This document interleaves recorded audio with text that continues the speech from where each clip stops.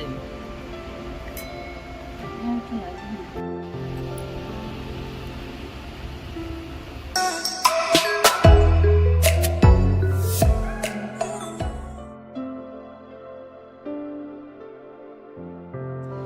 নমস্কার, কেমন আছেন সকলে?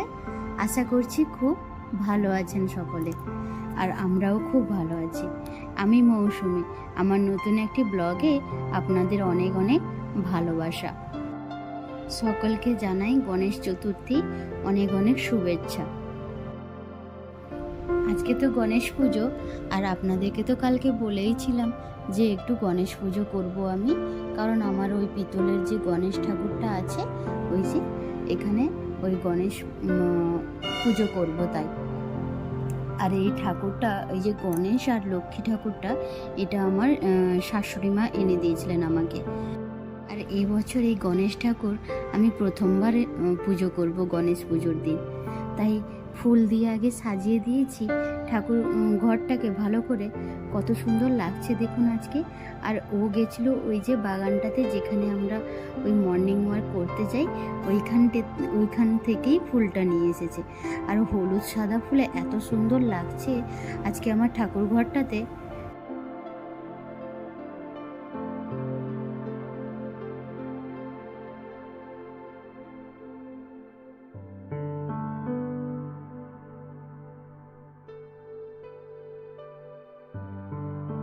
ঠাকুরের কাছে ফুলগুলো তো দিয়ে সাজিয়ে দিয়েছি, আর তারপরে এখানে ফল কাটতে বসেছি।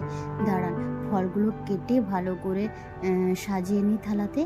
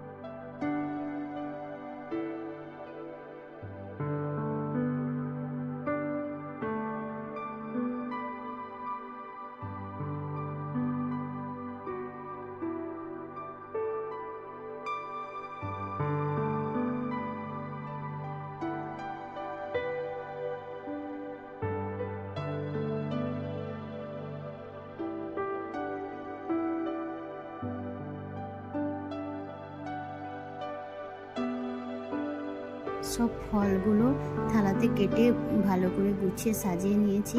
তারপরে এই যে একটু চিড়ে ভিজিয়েছিলাম, তার সঙ্গে ওই যে লাড্ডু একটু ভেঙে ওই মাখিয়ে তারপরে একটু থালাতে সাজিয়ে দেবো।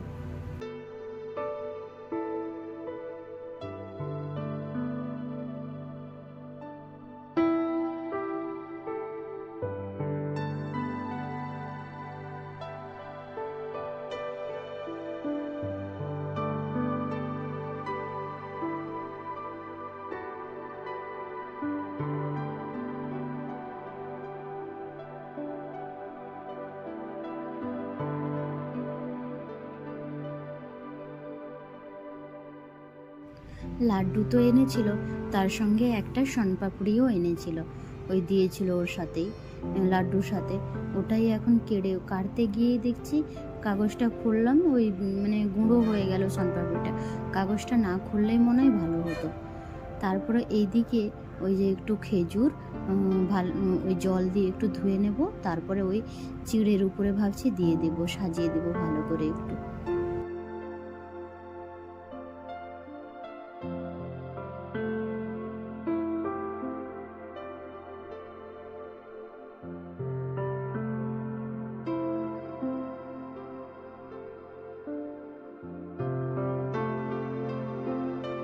সব মোটামুটি কেটে কুটে ভালো করে সাজিয়ে নিয়েছি থালাটা।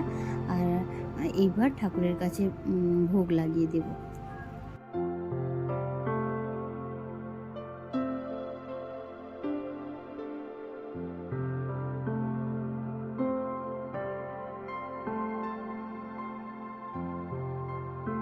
ব্যাস ঠাকুরের কাছে দিয়ে দিয়েছি।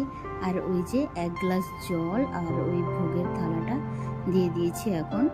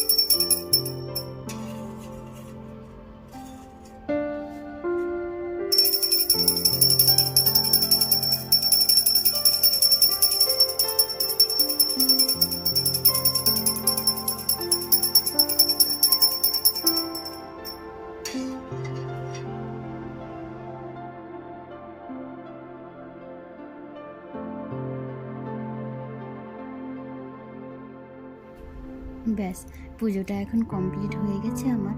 বেশ ভালোই পুজোটা হলো আর বেশ ভালো লাগলো।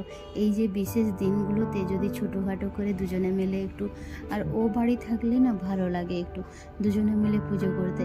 আর একা একা না এই এক একটা দিনে এক একটা মানে বিশেষ পুজো থাকে তো ও থাকে না যখন ভালো লাগে না একা একা পুজো করতে। ও থাকলে না বেশ ভালো লাগে।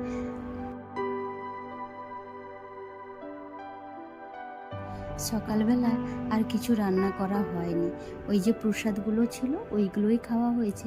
তারপর ওই দুপুরের রান্না করতে বসেছি এখন। ওই যে সোয়াবিনের ঝোল হবে, সোয়াবিনটা ভাজছি, তারপর আলুটা এখানে ভেজে নিয়েছি আগের থেকেই। আর এইদিকে একটু বেগুন ভেজেছি, নিরামিষ তো তাই একটু বেগুন ভাজা দিয়ে ভাত খেতে না বেশ ভালো লাগে। আর দুজনেরই বেগুন ভাজা খুবই পছন্দের খাবার একটা, একটু লাল লাল করে ভেজেছি। আর এইদিকে ওই যে আদা টমেটো কেটে রেখেছি, আর এইদিকে একটু শুকনো মানে গুঁড়ো মশলা যেগুলো হয় সেইগুলো একটু ভিজিয়ে রেখেছি জলে। আজকে রান্না ওই সয়াবিনের ঝোল আর এইদিকে ওই যে বেগুন ভাজা।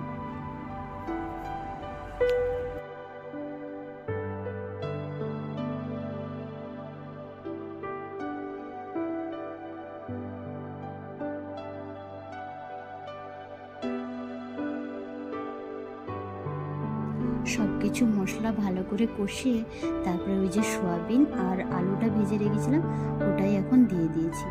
একটু নাড়াচাড়া করে তারপরে জলটা দিয়ে দেব। ওই আলুটা কিন্তু মানে ভাজা অবস্থায় অনেকটা সেদ্ধ হয়ে গেছে, আর একটুখানি বাকি আছে, ওই জল দিয়ে ফোটালেই হয়ে যাবে। আর ওর তো ভীষণ মনে হয় খিদে লেগে গেছে, কারণ ওই শুধু সকালবেলাটা প্রসাদ খেয়েছিল, সকাল থেকেই উপোস আছে। আর এই যে গরম জলটা একটু বসিয়েছি, এই গরম জলটাই দেব সোয়াবিন তরকারির মধ্যে। গরম জলটা দিলে না তাড়াতাড়ি করে মানে ফুটে যায়, আর তাড়াতাড়ি করেও হয়ে যায় গরম জলটা দিলে। আর টেস্টটাও মানে যে কোনো তরকারিতে গরম জল দিলে বেশ ভালো হয় তরকারিটা।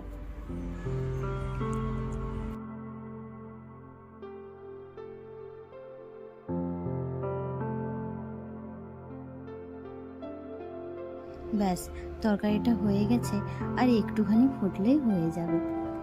বেশ তাড়াতাড়ি রান্নাটা হয়ে গেল।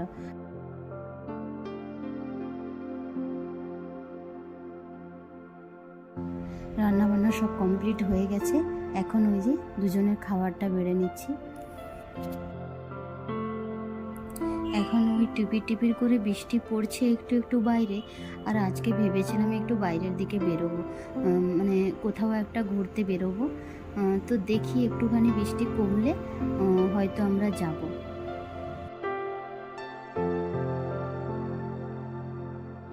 চলুন তাহলে আজকে খাওয়া দাওয়া করতে করতেই ভিডিওটা এখানেই শেষ করছি।